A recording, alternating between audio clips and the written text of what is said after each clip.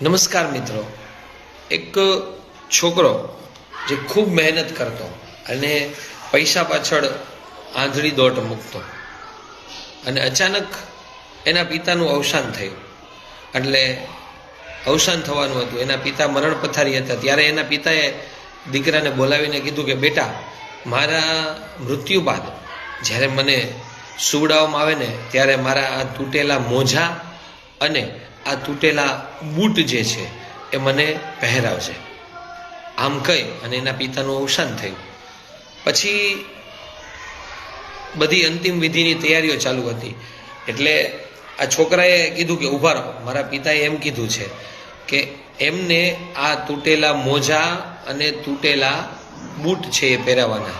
એટલે બધાએ કીધું કે ભાઈ તું ગાંડો થઈ ગયો છે, આ 16 સંસ્કારો પૈકીનો એક સંસ્કાર છે કે જેમાં વ્યક્તિને બધું અહીંયા મૂકીને જ જવાનું છે. પણ છતાં દીકરો માન્યો નહીં. એટલે એને થેલી ખોલી અને થેલી ખોલીને એની સાથેથી એક ચિઠ્ઠી નીકળી અને એમાં એના પપ્પાએ બહુ સરસ લખ્યું હતું કે દીકરા, જીવનની અંદર જ્યારે આ દુનિયા છોડીને જવાનું થાય છે ને ત્યારે એક પણ વસ્તુ સાથે લઈ જઈ શકાતી નથી. અને ત્યારે એ દીકરાને સમજાણું કે મારા પિતા મને શું કહેવા માગતા હતા. જ્યારે વ્યક્તિ આપણી વચ્ચેથી આપણને છોડીને જાય ને ત્યારે કદાચ આપણને સમજાય કે વ્યક્તિ આપણને શું કહેવા માગતો હતો. એના પહેલાં વ્યક્તિને સમજવાનો પ્રયત્ન કરીએ. અને પછી એ દીકરાએ એના પિતાના અંતિમ સંસ્કાર કર્યા.